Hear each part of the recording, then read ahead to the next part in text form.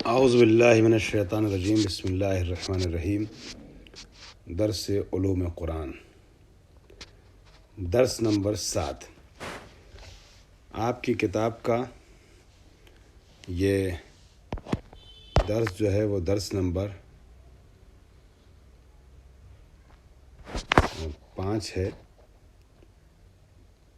جس میں اقسام وحی کو پیش کیا جا رہا ہے، اور ہمارے جو سلسلہ تدریسی ہے اس کے لحاظ سے درس نمبر 7 ہے جو آپ کے حوالے کر رہا ہوں۔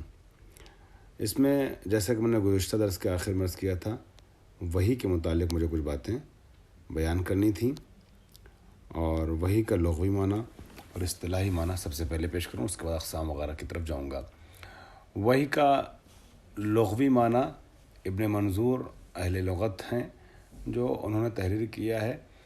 وحی کے کچھ معانی ہیں جن کی طرف اشارہ کرتے ہوئے کہتے ہیں وحی یعنی اشارہ کرنا، لکھنا، خط، الہام، مخفی کلام، اور ہر وہ چیز کہ جو دوسروں تک منتقل کی جائے، القاء کی جائے، اسے وحی سے تعبیر کیا جاتا ہے۔ یہ وحی کا وسیع معنی ہے جس میں تقریباً سبھی کچھ قسمیں سمٹ گئیں انتقال مطلب کی۔ اور اس کے بعد پھر راغب اصفہانی، جیسا کہ میں نے گزشتہ درس میں عرض کیا تھا، مشہور ترین اہل لغت ہیں قرآنی کلمات کے اعتبار سے۔ وہ تحریر کرتے ہیں کہ وحی جو ہے وہ اشارہ صریح کو کہتے ہیں، اور اسی وجہ سے ہر وہ کام کو جو سرعت سے انجام پائے اسے کئی بار وحی کے لفظ سے تعبیر کیا جاتا ہے۔ تو خلاصہ اہل لغت کی گفتگو کا اگر ہم کرنا چاہیں تو وحی کا معنی بیان کرتے ہم یہ کہہ سکتے ہیں، وحی یعنی اشارہ صریح اور سخنان رمزی، یعنی رمز اور کوڈ اور سیکریٹ پر مشتمل باتیں اور مخفی پیغامات۔ ان 3 لفظوں میں آپ وحی کے مختلف معانی کو خلاصہ کر سکتے ہیں۔ اصطلاحی معنی آپ کے ذہن میں محفوظ ہے، اس کو تھوڑا سا تفصیل کے ساتھ یہ بیان فرما رہے ہیں۔ وحی ہر وہ چیز کہ جو فرشتہ اللہ کی طرف سے لے کر کے نبی پر نازل ہو اور نبی تک منتقل کرے، القاء کرے پیغمبر پر پیغام الہی کو، اسے وحی کہتے ہیں۔ وحی جو ہے وہ ہر انسان درک نہیں کر پاتا ہے۔ عام شعور وحی کو درک کر لے یہ آسان نہیں ہے، ممکن نہیں ہے، بلکہ اس کے لیے ایک خاص شعور کی ضرورت پڑتی ہے کہ جو شعور اللہ نے پیغمبر یا پیغمبر جیسی شخصیتوں کو عطا فرمایا ہے۔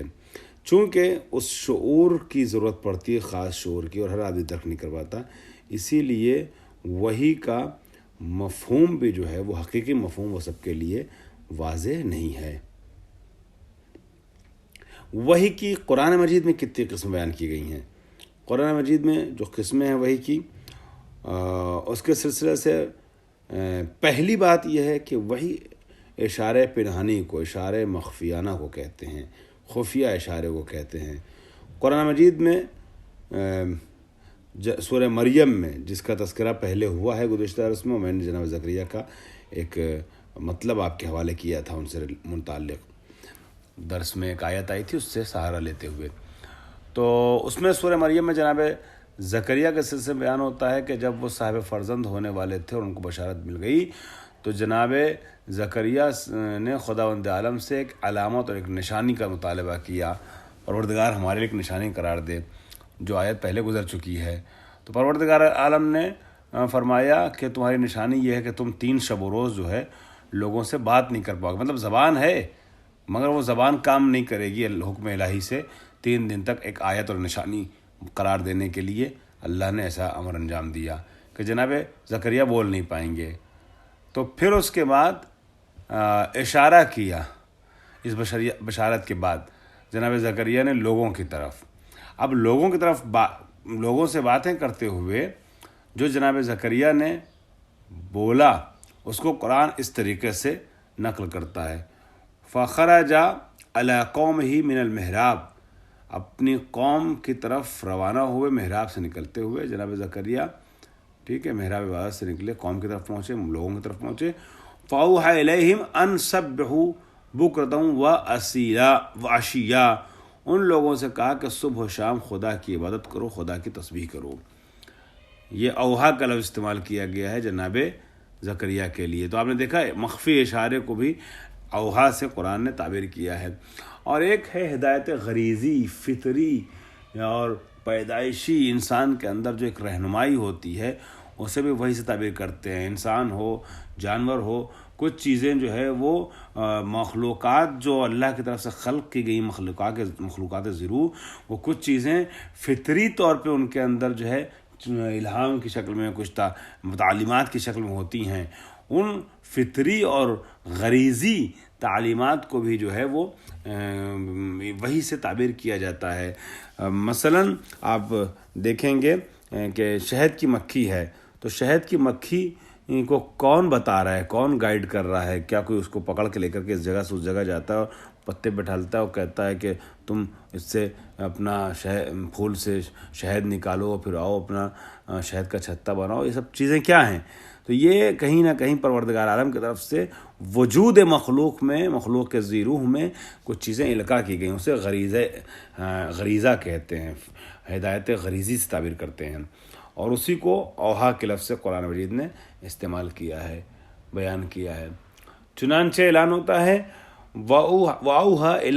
وَأَوْحَىٰ رَبُّكَ إِلَى النَّحْلِ أَنِ اتَّخِذِي مِنَ الْجِبَالِ بُيُوتًا وَمِنَ الشَّجَرِ وَمِمَّا يَعْرِشُونَ، کہ آپ کے رب نے شہد کی مکھی کو وحی کی، یعنی اس کے غریزے میں ڈال دیا، اس کی فطرت میں خلقت کے ساتھ یہ چیز پیوست کر دی، اسے بتا دیا، باخبر کر دیا کہ پتھروں سے، ہے نا، ان پہاڑوں سے اور شجروں سے، اور جو لوگ مکانات بناتے وہاں سے چیزیں لے اور اپنا مکان بنائے، اتخذ من الجبال بیوتا، گھر بنائے وہاں پر جانے کے بعد۔ ٹھیک ہے، تو شہد کی مکھی جو پیڑ پہ درخت پہ جاتی ہے اور وہاں سے رس لے کر کے آتی، پھر اپنا چھتا بناتی ہے، کبھی پہاڑ پہ، کبھی درخت پہ، کبھی کسی کے گھر میں۔ تو یہ کیا ہے؟ یہ کون سکھاتا ہے؟ یہ اللہ کی بھی دی ہوئی ہدایت فطری ہے، جسے اوہا سے قرآن نے تعبیر کیا ہے۔ اسی طریقے سے ایک معنی وحی کا الہام کا بھی ہے۔ چنانچہ جناب موسیٰ کی والدہ کے سلسلے سے قرآن کہتا ہے، یعنی کچھ چیزیں ایسی ہوتی ہیں جو انسان کے وجود میں الہام کر دی جاتی ہیں۔ اب جو انسان جتنا بھی خدا کا زیادہ یقین رکھتا ہے اور معرفت رکھتا ہے اور اس الہام کو درک کرنے کی صلاحیت رکھتا ہے، وہ پیغام کو اخذ کر لیتا ہے کہ ہمارے وجود میں جو چیز الہام کی گئی ہے وہ کیا ہے۔ چنانچہ جناب موسیٰ علیہ السلام کی والدہ، ان کے لیے قرآن کہتا ہے وَأَوْحَيْنَا إِلَىٰ أُمِّ مُوسَىٰ أَنْ أَرْضِعِيهِ فَإِذَا خِفْتِ عَلَيْهِ فَأَلْقِيهِ فِي الْيَمِّ وَلَا تَخَافِي وَلَا تَحْزَنِي إِنَّا لَرَادُّوهُ إِلَيْكِ مِنَ الْمُرْسَلِينَ إِنَّا لَرَادُّوهُ إِلَيْكِ وَجَعَلُوهُ مِنَ الْمُرْسَلِينَ، کہ ہم نے مادر موسیٰ کو وحی کر دیا کہ تم اس بچے کو دودھ پلاؤ اور ڈرو نہیں، اور اگر تمہیں خوف پیدا ہو جائے اس بچے کے اوپر تو اسے دریا میں ڈال دو، اور خوف زدہ نہیں ہونا، محزون نہیں ہونا۔ کیوں؟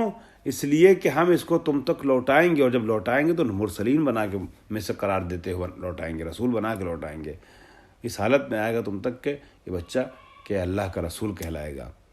تو یہاں پر قرآن مجید نے جناب موسیٰ کے سلسلے سے، جناب موسیٰ کی والدہ کے سلسلے سے جو الہام ہوا تھا، لفظ وحی کا استعمال کیا ہے۔ یہ لفظ وحی وسوسہ شیطانی کے لیے بھی کئی بار استعمال ہوتا ہے، وسوسہ شیطانی۔ چنانچہ اعلان ہوتا ہے ان الشیاطین لیوحون الی اولیائہم، شیاطین جو ہیں وہ اپنے دوستوں اور اپنے اولیاء تک وحی کرتے ہیں، یعنی وسوسہ کرتے ہیں۔ ہاں، وحی سے مراد کیا؟ وسوسہ شیطانی، وسوسہ۔